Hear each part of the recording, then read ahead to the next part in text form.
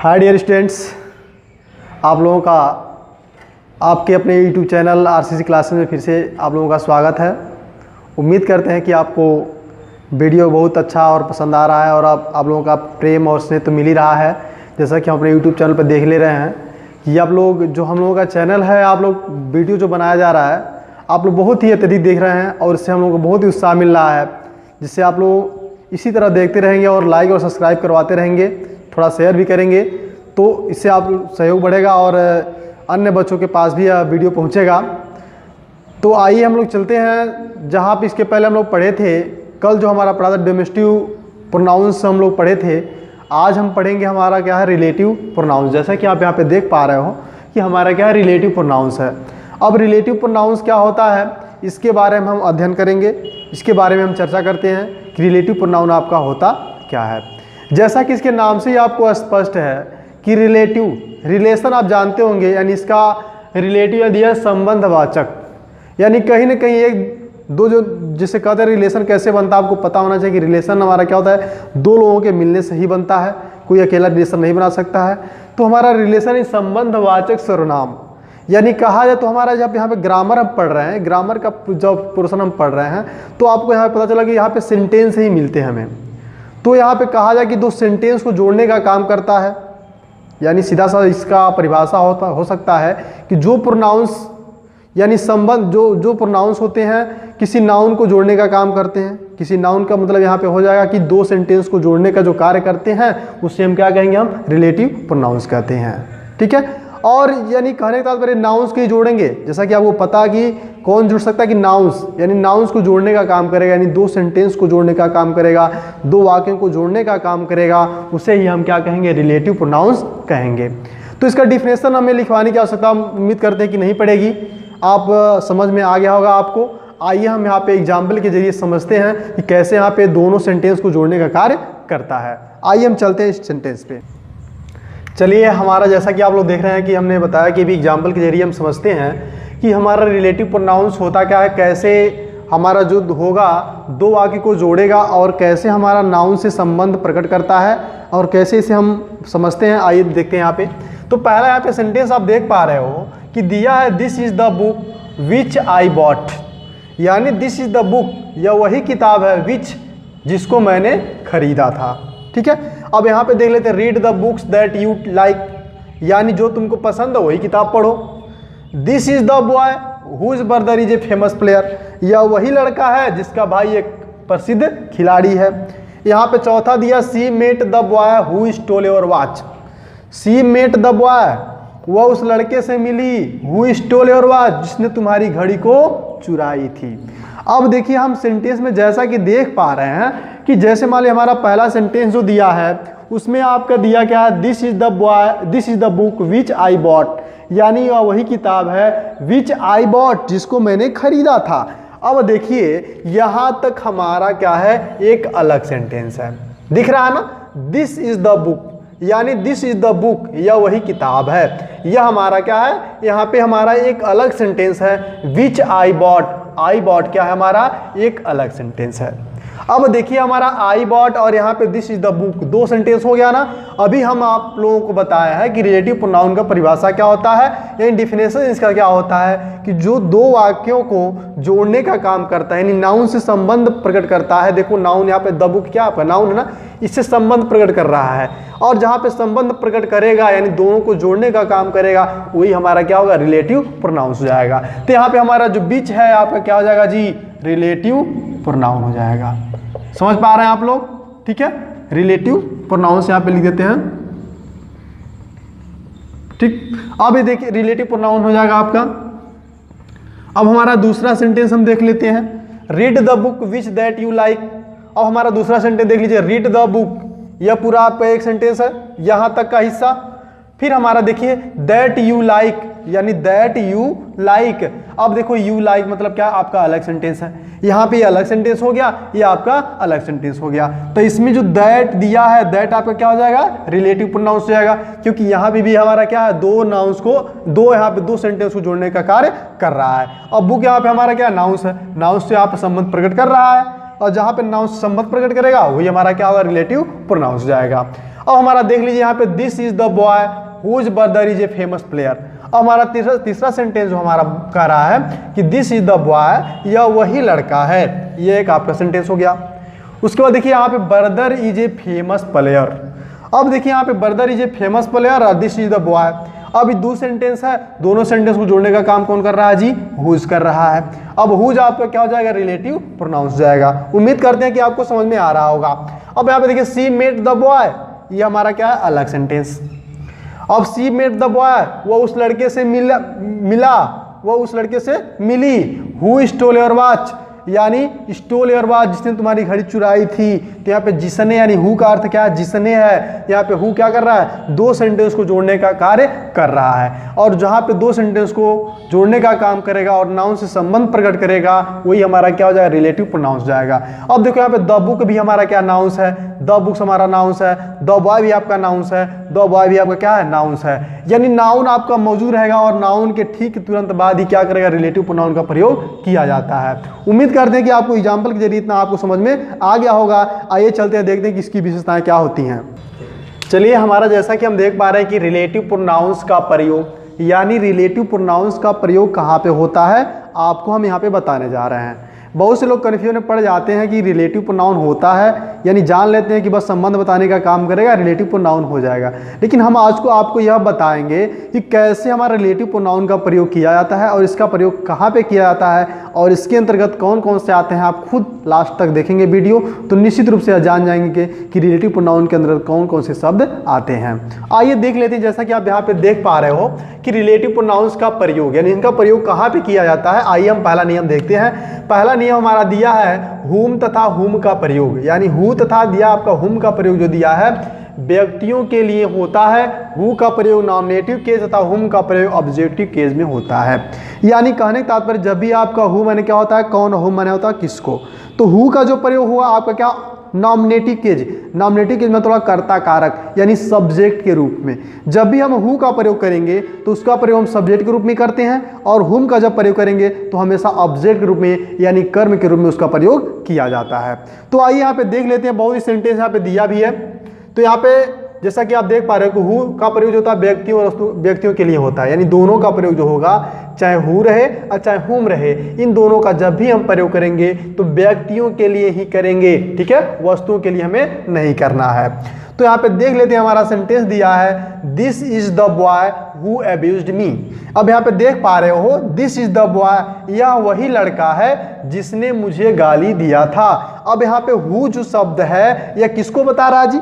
Who जो शब्द जानते हैं किसको बता रहा है? इस लड़के को बता रहा है, ठीक है। यह वही लड़का है जिसने मुझे गाली दिया था।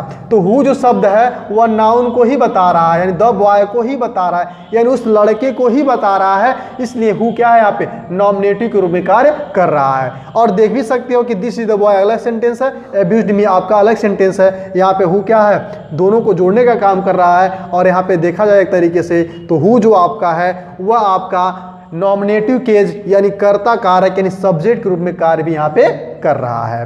तो उम्मीद करते हैं कि यह सेंटेंस आपको समझ में आ गया होगा। और हु का प्रयोग कब करते हैं? व्यक्तियों के लिए किया जाता है। और जब भी आपका हु का प्रयोग करेंगे तो उसे सब्जेक्ट के रूप में करेंगे, यानी कर्ता के रूप में इसका प्रयोग किया जाता है। आइए हमारा दूसरा सेंटेंस देख लेते हैं। Geeta is the girl whom everybody loves, यानी गीता वही लड़की है। Geeta is the girl, Geeta वही लड़की है। हु मतलब जिसको या जिसकी होता है आपको पता होना चाहिए। तो गीता वही लड़की है जिसको सभी लोग प्रेम करते हैं। यानी कहने का तात्पर्य है कि यहाँ पे भी आपका हुम क्या है? यहाँ पे हुम जो है वहाँ पे ऑब्जेक्टिव यानी कहा जाए कि यहाँ ऑब्जेक्टिव केस यानी कर्म कारक के रूप में कार्य कर रहा है। और यहाँ पे भी हमारा दो सेंटेंस को जोड़ने का काम कर रहा है। This is the girl whom everybody loves. Everybody आपका अलग सेंटेंस है और गीता इज द आपका क्या अलग है, और हुम क्या कर रहा है? इन दोनों को सेंटेंस को जोड़ने का कार्य कर रहा है। जैसा कि आप हिंदी में भी देख लोगे तो आपको तुरंत समझ में आ जाएगा कि इसमें जोड़ने का काम कौन कर रहा है। गीता वही लड़की है। अब यहाँ पे हम सेंटेंस पढ़ते हैं, सभी लोग प्रेम करते हैं। गीता वही लड़की, ठीक है, गीता वही लड़की यहाँ पे लिख सकते हैं, है छूट गया था। तो गीता वही लड़की है जिसको सभी लोग प्रेम कर। गीता वही लड़की पढ़े, गीता वही लड़की है, सभी लोग प्रेम करते हैं। अब सेंटेंस हमारा गलत हो रहा है, बोलने में भी आपको अटपटा लग रहा है। तो यहाँ पे हमने देखिए जिसको यानी जिसको शब्द का महत्व यहाँ पे है, यानी दोनों के बीच में क्या रिलेशन बना रहा है, यानी रिलेटिव प्रोनाउंस का प्रयोग वहाँ पे करना पड़ेगा। और जो रिलेटिव जहाँ पे संबंध प्रकट होगा वही हमारा क्या होता है, रिलेटिव प्रोनाउंस होता है। आइए हम पहुँचते हैं रूल नंबर 2 पे। चलिए यहाँ पे हम देखते हैं रिलेटिव प्रोनाउंस का दूसरा जो हमारा रूल है, यानी अगला जो हमारा रिलेटिव प्रोनाउंस के अंतर्गत जो आएगा, आप यहाँ पे हुज होता है।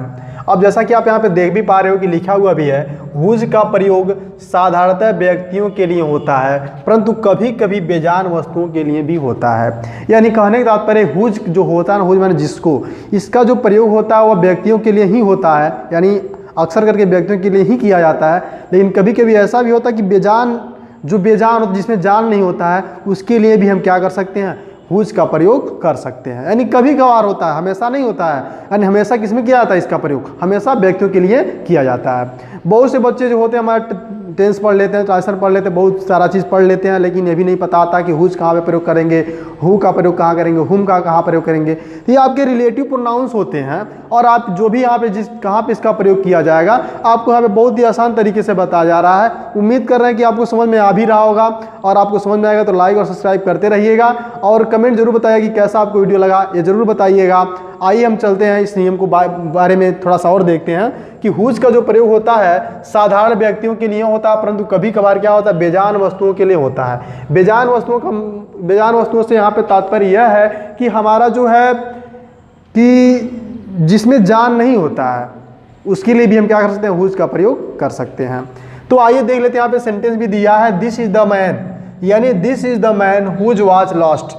अब देखो इस सेंटेंस में कोई ऐसा शब्द होगा जिसमें जान होगा, यानी उसमें सजीव होगा, उसके लिए हम क्या करेंगे, हुज का प्रयोग कर सकते हैं। तो दिस इज द मैन, यहाँ पे मैन जो शब्द हमारा क्या है, यहाँ मैन क्या है आपका, इसमें लिविंग है, यानी इसमें जान है, तो इसके लिए भी हम क्या कर सकते हैं, हुज का प्रयोग कर सकते हैं। तो इसका अर्थ हमारा ही निकलेगा, दिस इज द मैन, यह वही आदमी है जिसकी घड़ी खोई थी, यानी उसका घड़ी क्या है, खो गया था। तो हुज शब्द क्या कर रहा है, यहाँ पे रिलेटिव प्रोनाउंस का काम कर रहा है। यहाँ पे भी 2 सेंटेंस है, शुरुआत में ही आपको बताया गया कि रिलेटिव प्रोनाउंस होता क्या है, 2 सेंटेंस को जोड़ने का काम करेगा, और जब भी ये आएगा वह नाउन्स के पहले ही आता है, नाउन के बाद आता है। देख लेते यहाँ पे दिया भी है, this is the man whose was lost. यहाँ पे देखो यह हमारा क्या है, सजीव वस्तु है, यानी व्यक्तियों के लिए किया जा रहा है।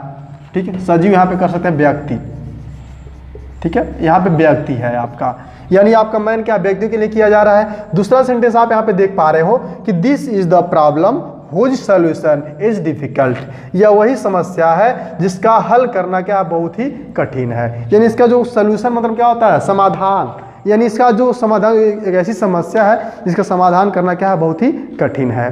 तो यहाँ पे देखा जाए तो इसमें देखेंगे कोई भी ऐसा शब्द नहीं है जिसमें आपका क्या है, जान हो। तो यहाँ पे हम कह सकते हैं यह कौन सा वस्तु है जी, आपका निर्जीव है, यानी जिसमें कोई जान नहीं है। इसलिए यहाँ पे हुज का प्रयोग क्या कर सकते हैं, कभी कभार ऐसा भी होता है कि हुज का प्रयोग निर्जीव वस्तुओं के लिए भी हम कर सकते हैं, यानी बेजान वस्तुओं के लिए हम कर सकते हैं।